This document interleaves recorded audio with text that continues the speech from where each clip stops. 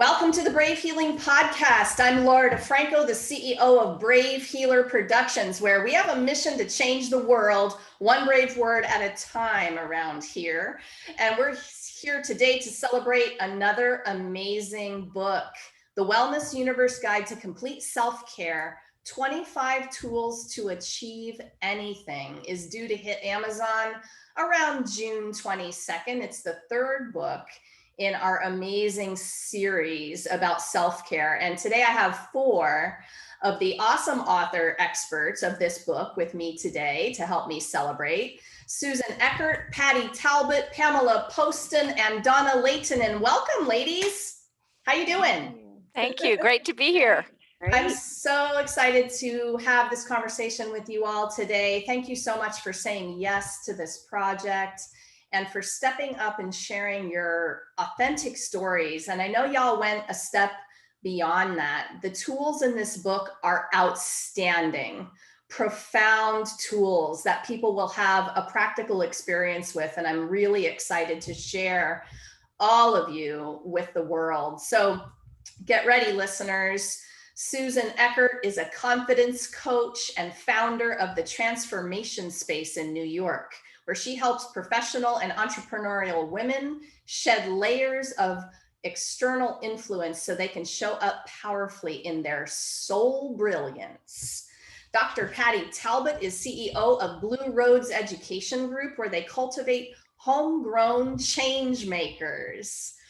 Dr. Pamela Poston is a transpersonal psychologist whose practice focuses on using techniques for healing mind, body, and spirit.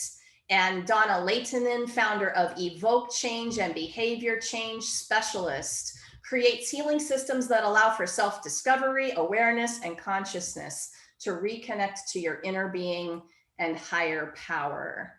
Whoa, you guys, you ready for this conversation? So of course, today you can drop down after the show into those show notes because I have all of their websites hooked up and you can explore and take it a step further. Ladies, before I begin, I really just want to say a quick special thank you to Anna Pereira, the founder of the Wellness Universe, without whom we would not be here today.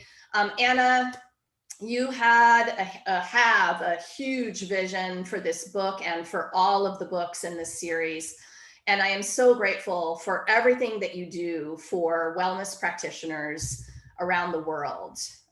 We love you, Anna. Thank you for getting us together on this. So, Susan, are you ready to kick us off? Tell us Absolutely. Tell us about this amazing chapter that you wrote. So I wrote chapter 16, which is entitled Rocket Fuel for Your Dreams, because when we have deep-seated dreams, we don't need regular gasoline, we need rocket fuel. And so in this chapter, I actually present a framework to guide people so they can build a nice container, a nice structure in their lives to help them move forward in a fast way. Well, so tell me more about that rocket fuel. What is that? Yeah, so here's the thing. Working with women, I realize that a lot of times we don't allow ourselves the time and space to really clearly see what it is that we want for ourselves. So the framework, which is called the vision framework, it's appropriate because I think that two challenges women have in general, and I work with women mostly, but this applies to everyone. One is opportunity, seeing opportunities for ourselves. If we don't come from a family where we see people getting graduate degrees or doing certain things, writing books, we may not see those opportunities for ourselves. That's the first thing. And then the second thing is seeing with clarity, right? Because sometimes I work with women and I'll ask them, well, what is it that you want? And they're like, I don't know. Just not what I have now, right? And so we have to work towards that clarity. So the vision framework provides that.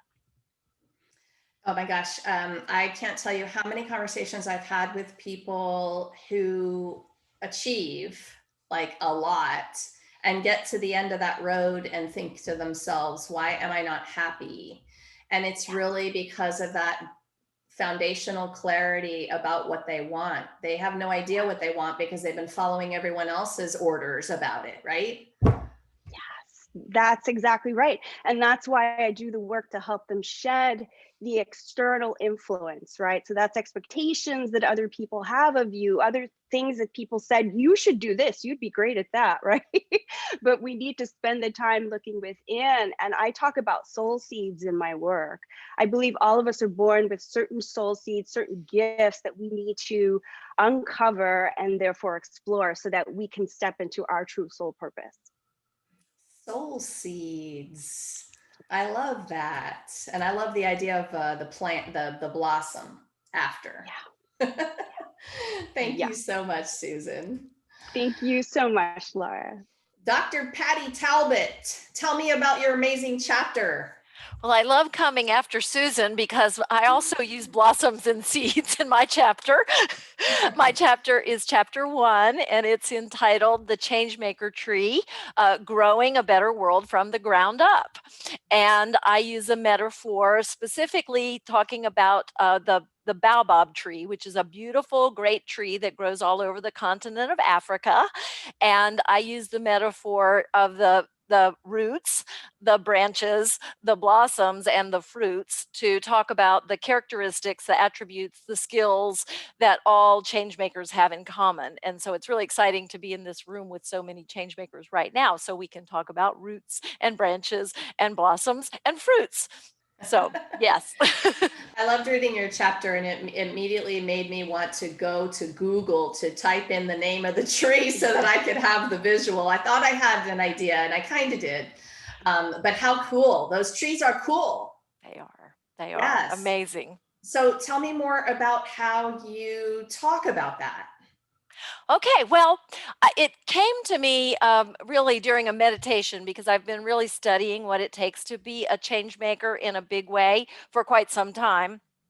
And I made these travels to Malawi with groups of students when I was a university professor, and came across these great old trees that have a lot of legends with them. And one of the legends is that the tree was vain because it was so large and beautiful that God plucked it up out of the earth and put it back down upside down to teach it a lesson in humility.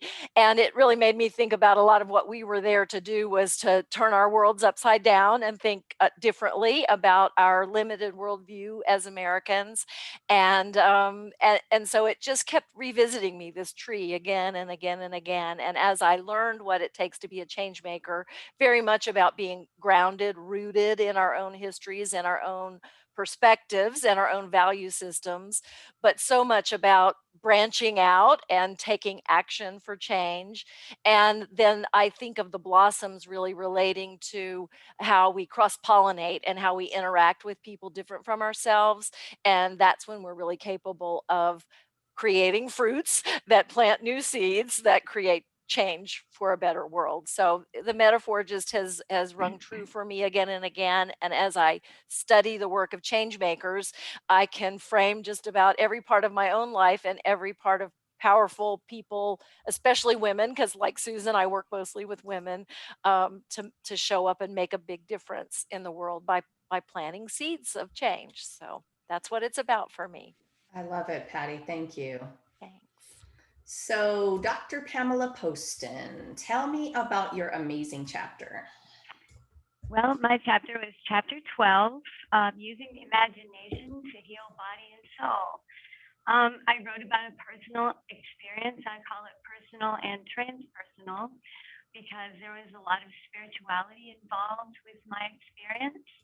I think that anyone who faces any kind of trauma goes through an actual metamorphosis of some type.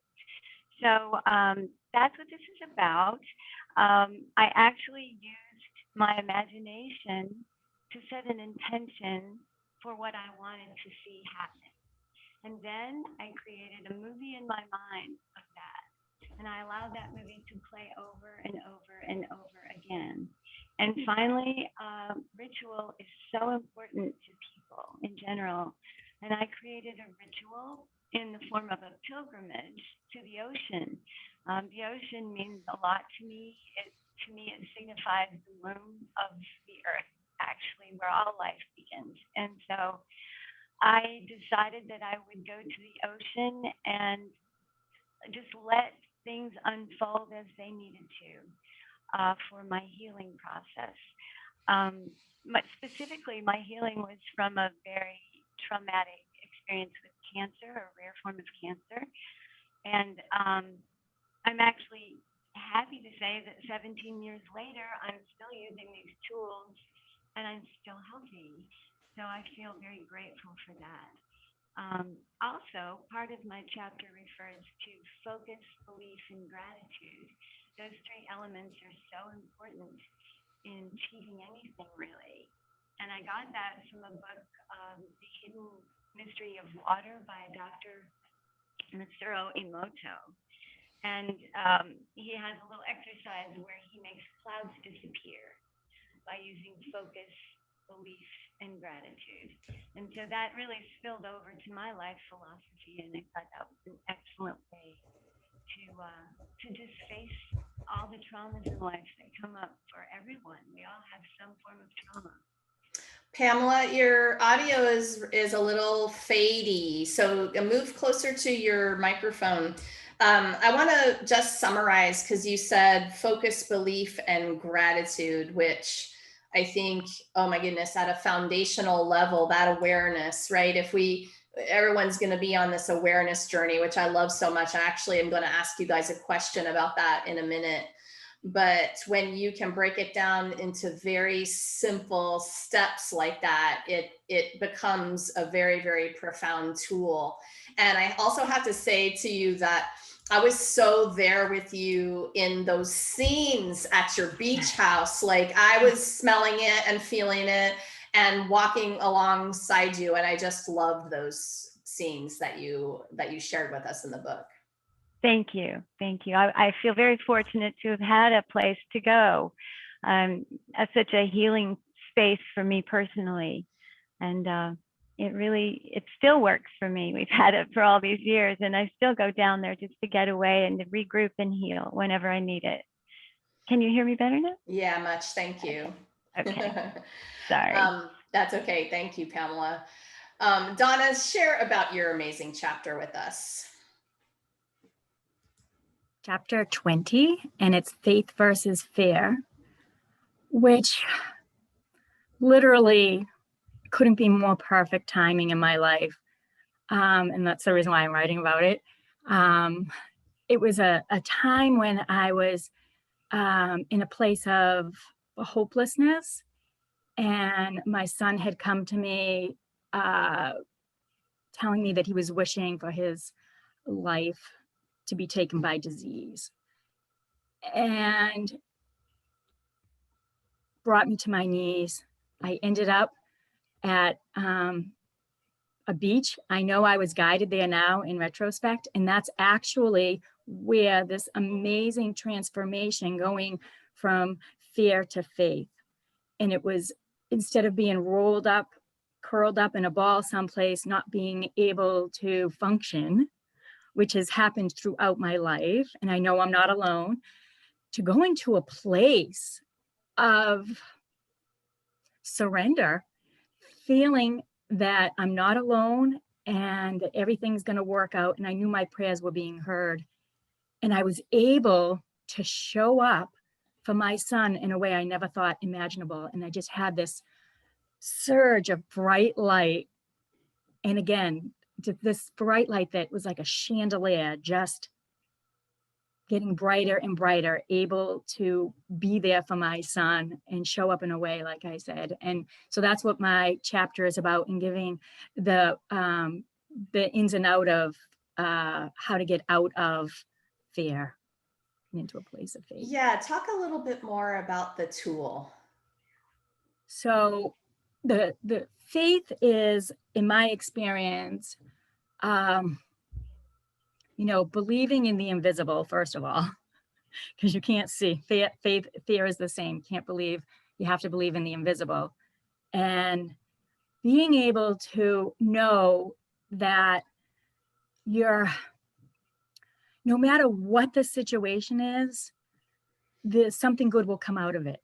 So when you believe in that and you believe that way, even if you can't see it in the moment, but you know something good is going to come out of this situation, you're able to kind of know with certainty in that kind of relaxed more state, so that you can be productive and helpful and supportive rather than in that desperate mode. So always looking for the opportunity in any obstacle, any situation, I find was one of the major turning points for me. Yes, thank you. Okay, so essentially you're talking about what I want to ask all of you next. And Donna, I'm going to stick with you first for the next question. And that's awareness. And awareness is everything. So it's that foundational tool on the journey. And all of the authors, all of you essentially are teaching really powerful kinds of awareness tools. But for now, Donna, what do you want to share with the listeners about awareness and how it played out in your personal journey? Awareness. I was on autopilot for so long that I wasn't even aware that I was unaware. And when I learned that I can control my thoughts, we can control what we want to enter our conscious mind. We can stop them. And those are the tools that I use every day to keep in high thoughts, in my vibration up. I don't beat myself up if I do go down the hole, because that's just creating negative vibration, negative thoughts. So I just use that as a tool to say, thank you for getting me one step closer to, being the master of my thoughts. And I truly, it has been a game changer with awareness for the subconscious mind and auto-suggestion and what we feed our container, how we root ourselves, everything that we put in our subconscious mind has to be accepted. So that has been a game changer, and I teach that all the time. I love hearing you all talk about it. I mean, one of the biggest missions with these collaborative book projects is that there are so many different kinds of people, and different kinds of people need to hear the same message in lots of different unique kinds of ways. So I love hearing how all of you address the same topic, because your unique voice is the way that somebody needs to hear it.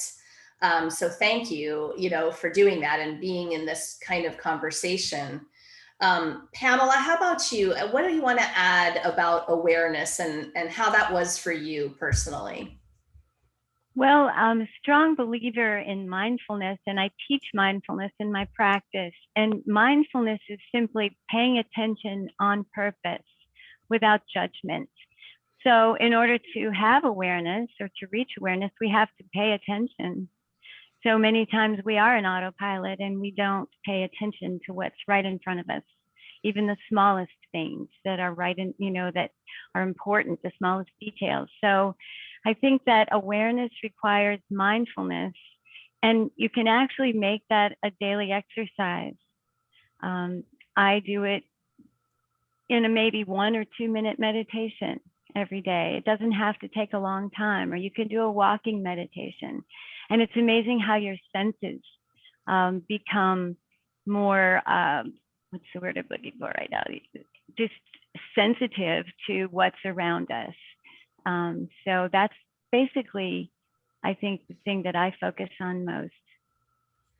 I love what Donna said about, I wasn't aware that I was unaware, right? Yeah. So you're making me think about it too, Pamela, because we have to pay attention. Like there's some point on this path where we realized we weren't paying attention. And then Right. What I love the most is all of the opportunity that shows up when we do. Yes. Like what? Tell me more about that. The opportunity? Yes.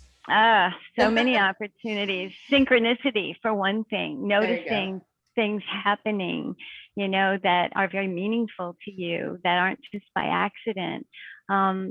Just the beauty of nature. When we're paying attention and we get, for me, I don't know, it may not be this way for everyone, but for me, nature is very important in my life, in healing, in just being on this earth. And so paying attention on purpose to the smallest things like insects or birds or the sounds we hear when we're outside or the smells, It just stimulates the senses and it makes you feel more alive. Right now in Maryland, we have the cicadas. It's been the whole month of May, and you're making me realize that when you can hear the twirl like a whistle from inside the house, but as soon as you open the door, any door or window, it's, and a lot of people are just walking around and they're not caring about the sound of the cicadas, but like I walk outside and I'm like, whoa, it's like you're having this, I don't know, amazing symphony, right? And I love noticing all the miracles. Mm-hmm. I love that piece of life so much. Even the cicadas are amazing. Yeah. Patty, what do you want to add to this awareness conversation?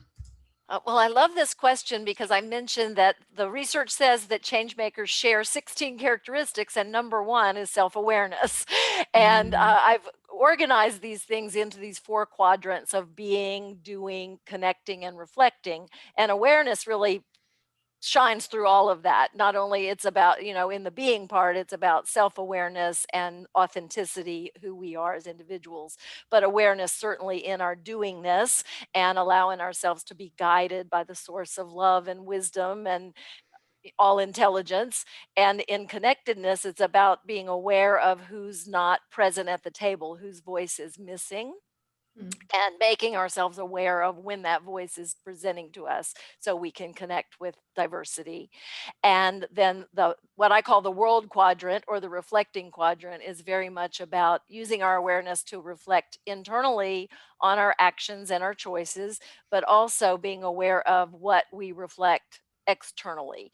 So I think of that's for kind of the leadership part, is how are we showing up in a way that's worth emulating. And that's those seeds again that Susan was talking about, is we plant seeds by how we represent into the world and show what change making can look like. So it's all about awareness. Yes. You just took me to another level, and that's always what it's about, right? Is just thinking about this in a new way, a perspective that changes and deepens your practice. I love that, Patty. Thank you. Susan, what do you want to add about how this has played out in your personal journey? Oh my gosh, Laura, first of all, awareness, I could talk about awareness like for 24 hours straight. I know. But what I would like to add is that a single moment of awareness can set you off on a completely different trajectory. And that's what happened to me. A single quote changed my entire life because I was fully present within myself in the moment that I read this quote, and I allowed the words to vibrate through me, and it awakened something within me. So I actually use the lotus blossom, Patty, as a metaphor for the work that I do. And I talk to women about going from seed to bud to blossom. But for me, it was this single moment. And the ongoing practice of meditation, I think, is really, really important for that inner awareness and that connection to self, so that you can transcend the ego mind that tells you you can't achieve things that you can. Yes. Oh my gosh. A couple of you have talked about the meditative practice, the awareness practice, mindfulness. And of course, we're all talking about the same thing in slightly different way. I love to talk about body awareness and the language of the soul existing in paying attention to the senses and learning that language. And y'all are just making me think of that a little bit. Yes. Susan, awesome. Okay, so this next question is one of my favorites. I'm coming around to all of you, but I'm going to start with Pamela. So what's one thing, this is going to be the hard part, gals. What's one thing you get most passionate about when it comes to helping people understand that we can truly achieve anything? What comes to your mind, Pamela? Wow, most passionate about. Well, in order to achieve anything, you have to be able to tap into your strengths. That is one thing that I try to teach my clients, and that they all have their strengths. Some of them are unaware of their personal strengths and instead choose to focus on their challenges. So I think that probably I would take that tack to help people to realize that they can do what they choose to do. And then the next step in my mind is imagining it already happening, using those strengths to imagine the outcome you'd like to have, like it to be. Yes, I love that one, Pamela. Thank you. Strengths topic has come up a few times in some of these interviews. And I think we've been so programmed to figure out what's not working and try to make something out of that weakness instead of celebrating what's already there as a strength. I love this topic. Me too. Yeah, awesome. Okay, Susan, I'm coming back to you next on this one. What lights you up, girl, in terms of helping people understand this? Oh my God, it's exactly this. It's what Pamela was talking about. I just call it soul seeds, right? And it's helping people understand that you don't have to work against the grain, right? You can work with all the gifts that you have, the strengths, the talents, the personal qualities. You can use those in a way that fuel you forward, and you don't have to work against the grain. So when people realize that, it's like a huge point of awareness for them, and it's liberating. So I'm very passionate about that. All right, I need to continue with working against the grain because this is something else we're taught. We're taught you don't succeed without working like that. Tell me more about that. How do you want to turn that one around for people? Well, we sometimes acquire these ideas about who we're supposed to be, especially now. If I may, I'd like to talk for women because I'm sorry, a fire engine is going to be passing by. That's okay. Of course. But as women, we're taught you have to behave in a way that is a masculine way, right? Doing over being, competition over cooperation, right? So we force ourselves into this model, and it's no wonder that 70% of girls feel they are not enough, and 80% of women feel they are not enough, no matter how successful they are. So we have to realize that we're forcing ourselves to work in a model that is not for us, and then reconnect with what is for us so that we can feel the difference between the fight and the struggle and the flow. And right there is such an important awareness. It's always going to come back to that. I'm going to start to sound a little boring when I keep saying about that's awareness too, and that is too. And, it's all awareness. But what an important one. Thank you. Yes. Donna, what about you? Where do you get super passionate when it comes to helping people understand that they can achieve anything? Well, having people understand their paradigms and that nothing's going to change until you shift that paradigm. And that's exactly what everybody's talking about is, peeling away those beliefs from our parents, from not with any ill intentions, but, school teachers, kids, society, TV, whatever it is, music that they're listening to. It's all, just recognizing what a paradigm is and the power it holds over us. So as I teach people and work with people to understand that, it's just, it's amazing when you can figure out what your fears are. And simply it's, when a fear comes in to me about, I'm not smart enough to do this, I immediately recognize it now. And I just say, stop, that's my paradigm. And it's as simple as that for me now, because it's become a habit and it's less and less. So I just love waking people up to that. I named her. Her name is Martha. So we just have a conversation now. Thank you.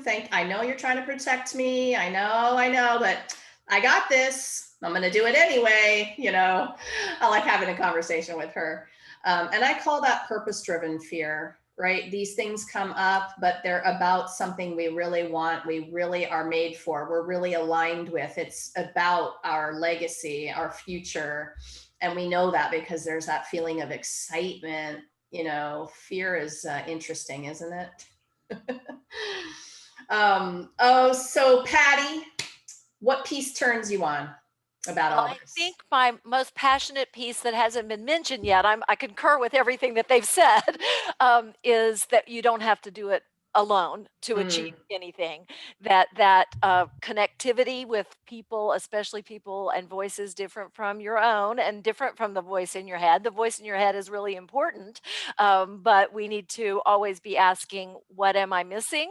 or "Who am I missing? Who's missing from the conversation?" And we get not only knowledge and wisdom from people different from ourselves, but also support when we gather with people like the group we are with today that have different ideas, but also are working toward, positive energy, positive change in the world. So I think it's about that collaboration. And I just want to mention one other metaphor. I love metaphors, but I come from Southwest Virginia where we love our patchwork quilts. And the patchwork is a really important part of our what we do and what we celebrate here. It's both utilitarian, useful patchwork quilts for keeping us warm, but they also keep our spirits and our culture alive and represent that diversity and the beauty of people gathering together with different points of view. So I love that. that's What a great way to bring all of those ideas into something you can hold and wrap yourself in. yeah. That's so cool. You said it earlier, but I'm going to repeat it. I was writing it down a minute ago. Who is missing from this conversation? What a powerful question to be asking everywhere you show up. Seriously, like I love that. Thank you for that. Is there anything else you want to say about that? Well, only that whenever I ask that question, someone or something comes to me that I was missing. So it's Yeah. been just a really important guiding question. And when I go off course, if I go off course for very long, and I spend any time thinking about it, when I come back around to that question, I'm always offered wisdom from a Yes. person shows up, something shows up in front of me that I was just blind That to. Yeah. Right. Right. Yes, I love that idea. I might have to write a poem about that one. Oh, Um, yay. I love listening to y'all. You inspire me constantly. I love that. Okay, so Patty, I'm going to actually stick with you for this last question for all of you. It's a big one. Get ready. We can all talk about this one forever, but I think many of you, maybe all of the authors, even in this book, have a component of mindset in your chapter, your teaching, just like the awareness. Mindset, I believe, is the choice we get when we practice that foundational awareness. We get to choose. With awareness, we get the choice where to put those thoughts and beliefs and then our behaviors, right? So what I'd love to hear from you is share with our listeners about one of the mindset ideas or practices that's helped you the most over, personally, professionally, whatever. And you said you were starting with me. Is that right? Yes. Okay, so I will say another one of the specific attributes of change makers is a global mindset. Mm, And for me, that means it's bigger than me. So when I am feeling that fear that sometimes holds me back, what keeps me going is remembering it's bigger than me. I'm just a part of this whole big universe. And so that's it for me. And I come back to it as the global mindset. I think there are lots of foundational, who am I at my core and how am I relating to other people? But in that big picture way, it's really about remembering that I'm an important seed, but I'm a part of something much bigger than myself. I actually think that when you are 100% aligned, when you're really aligned and flowing in whatever you're doing, that that is what happens. The energy of this is not just about me flows in almost sometimes overwhelmingly, and you realize, it happened with these book projects. Really seriously, I realized I woke up with that mindset thinking, whoa, I'm just following the divine orders at this point.